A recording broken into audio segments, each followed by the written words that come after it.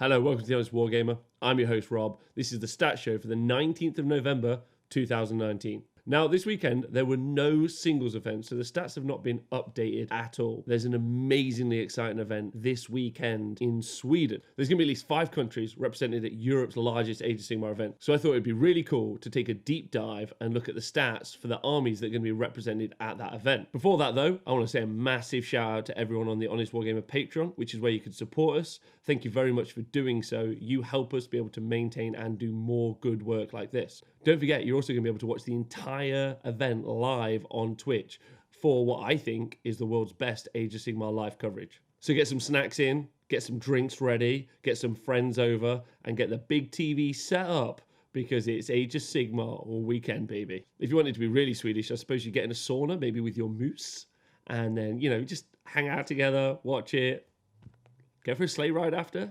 I mean, is this offensive to Swedish people? I don't know. Now, you may have noticed that I've avoided saying the name of the event, so here we go. The Krigsluntan event. Oh, God. The Krigsluntan event is a massive win for the Swedish Age of Sigmar community. The numbers have doubled since last year, going from 50 to 100 attendees. And it pretty much is representative of Age of Sigmar globally. As a community, we are growing and building at exponential rates, which is really, really cool. And why I think the stats are so important. Let's take a deep dive on Krigsluntan and see what we can find out. All of the stats will be available on the Honest Wargamer website, which you can find in the show notes below.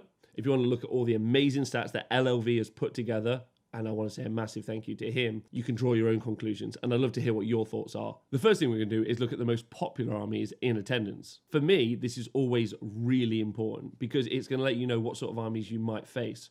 Also, when you look at the global combined stats, you kind of have a time lag with some of the more popular armies at the beginning of the season still holding sway later on. However, as you'll be able to see at Krigsluntan, you might get a more up-to-date version of where we might see Warhammer tournaments going for the next 6 months. Cities of Sigmar represent 10% of the armies in attendance, which is huge. It's the first time we've seen such a showing from them. If we look at the global stats, they only represent 1.46% of the meta. Now they're new, and obviously being new boys on the block, it's going to be hard to impress on those combined stats. Being the most popular army, though, is amazing, and I'm really enjoying that. Again, thanks to LLV, we can have a deep dive into which of the sub-factions we're going to see from the Cities of Sigmar. And it really does surprise me, but Living City are the most popular sub-faction. There's 4 Living Cities armies, there are 3 Tempesti, and 3 Hallowheart armies. So my question is, why? And I think it's because Living City is just a very cool army. If you already have a Sylvaneth force, you'll be able to add some additional elements to make yourself an army. And with a deep striking shenanigans, they could just be really fun. Hallowheart, as we've already seen win an event, are going to be really good in-game. So 3 of those make sense. And 3 Tempesti, being the shooting Cities of Sigmar faction, are definitely there as counterpicks for some of the top gaming armies. In joint second place, the most popular army of this edition and last edition, Stormcast Eternals. Makes lots of sense. I think we're always going to see Stormcast armies at events. However, wet on the table, still smelling of fresh paint, the Ossiarch Bone Reapers have got 9 armies in attendance. 9.5% of all armies there are going to be Ossiarch Bone Reapers, and I think that's brilliant. I can't wait to see the sub-faction breakdown. The Stormcast sub-faction breakdown. Now, 4 of the sub-factions are no Storm host at all. However, 5 of them are the Anvils of Heldenhammer, or as you may have more affectionately know it, Shootcast. Shoot all the big scaries that are out there. Slaanesh, Flesh Eater Courts. The issue is, doesn't look like loads of them are going to be there. Oh, I love this game. It's really fun. Ossiarch Bone Reapers. Drum roll time. If you've got some bones, shake them. I'm pretty certain I can predict the result. There is 1 Crematorium sub-faction being played, but 8 of them are Petrifex Elite. And you can see why. They get +1 save to every unit in the army. The economy of scale for taking that sub-faction is preposterous. I can't really see why someone wouldn't take it. However, the Crematorium pick would be my personal pick for a really fun army to play. Let me tell you, I'm excited to see how the Ossiarch Bone Reapers are going to do on the tabletop. It's thrilling. 9 armies. Are we going to see them rock in at a 50% win rate? Are they going to go higher? Are they the new Slaanesh? You're going to have to watch the coverage this weekend to find out, but I am hype. Next up, we have 3 in joint third. We have Skaven, we have Ironjaws, and we have Blades of Khorne. Now, this is pretty much going along global meta trends. Skaven being one of the most popular armies, as are Blades of Khorne. I actually think Blades of Khorne might end up being the second most popular army this edition. However, Ironjaws are going to start making a real big appearance in the stats and meta percentages at tournaments, so there's something to watch out for. Skaven, though, have been sitting comfortably in second place, even threatening Stormcast to become the most popular army in the global stats. Of the three, though, it's Skaven that are the real threat when it comes to gaming terms. 55% win rate, whereas Ironjaws are sat at 50%, and Blades of Khorne are sat at 48%. If we look at the sub-faction for Ironjaws, we'll see that 3 of the armies are no clan, but 4 of them are Iron Sons. Now, we've already seen live on the honest-wargamer coverage an Iron Sons army take out a tournament. This is Leo with his army. You can go and watch that back. I'll leave that in the links below, and you can read his list on the honest-wargamer website. The ability to charge in your opponent's charge phase is huge, and the ability to add +1 damage to those combat blocks is very, very scary, which is why I think we're seeing that sub-faction predominantly taken. Looking at the sub-factions for Khorne, of the 7 armies in attendance, 5 of them are Reapers of Vengeance. The reason for this, I would assume, is the command ability to be able to attack twice.